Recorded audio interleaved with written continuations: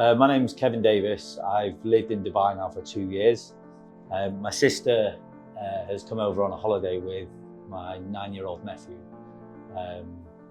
3 days ago. The following morning, obviously a little bit probably jet lag and things, she noticed Oliver had been sick, a little bit of blood in the morning, very small amount. After a day in the pool, he was basically sick, probably 6 to 8 inches of blood.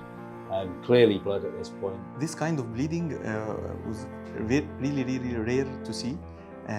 Bleeding from the tonsil without previous surgery, without any blood disease or underlying medical condition. She's panicking, her phone's not working. There's loads of things going through her mind, and then they took us to a Saudi German hospital in Al Barsha. It's about a 5 minutes drive away. I then met them here. Was greeted with the doctor who basically wanted to admit him straight away. I looked and seen the bucket of blood, and I immediately knew my sister wasn't kind of exaggerating. I saw Oliver as he presented with blood and vomit. We stabilized him. The next most important job was to find out where this bleeding was coming from. The possibility was, is it coming from the stomach? And the next possibility was, is it coming from the tonsils? That is why we involved the gastroenterologist and the ENT surgeons. He had lost a lot of blood. His hemoglobin had dropped to 8 grams per deciliter, so he must have lost at least 4 pints of blood. During endoscopy, we did not identify any bleeding point from his stomach. So I consulted my colleague, Dr. Ahmed, ENT surgeon.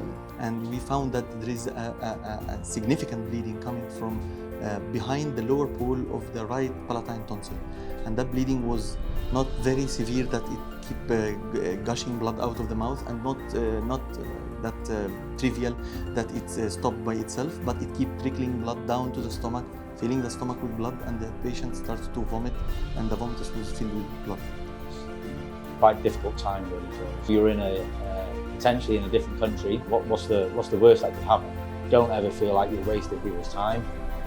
Your health, especially for children's health, is 100% what you need to be focused on. So such condition could appear a very minimal problem, just vomiting, just small blood coming out from with the vomitus, but that problem can hide a very serious condition underneath.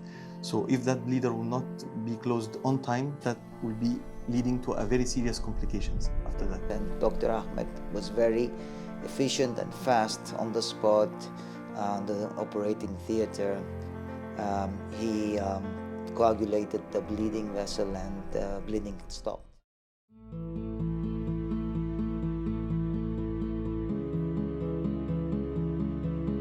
He's doing a lot better now. Absolutely no regrets, and I think it's been handled the best way it could really up to now. So the right thing to do was to get to this hospital.